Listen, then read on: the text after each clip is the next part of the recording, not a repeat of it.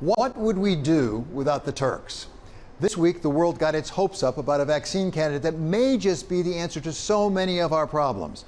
Backed by Pfizer, a pharmaceutical giant headquartered in New York, and, oh yes, a much smaller biotech startup firm from Mainz, Germany named BioNTech.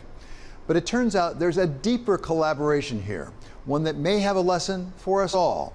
For it was BioNTech that was pursuing the messenger RNA underlying the new vaccine, and BioNTech comes from the collaboration of a married couple who would not have started their German company, quite possibly would not have even been together, but for Germany's willingness to let them and their parents immigrate from Turkey.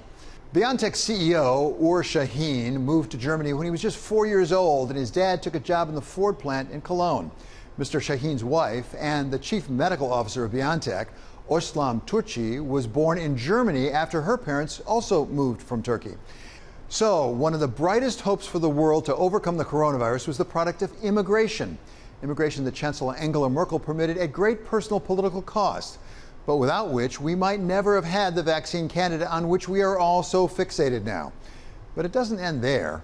For BioNTech is collaborating with Albert Bourla. He's CEO of Pfizer and a Greek, pulling together products of two countries that have been at odds for hundreds of years and remain in conflict today over Cyprus, over islands in the Aegean Sea, and over oil and gas in the Eastern Mediterranean.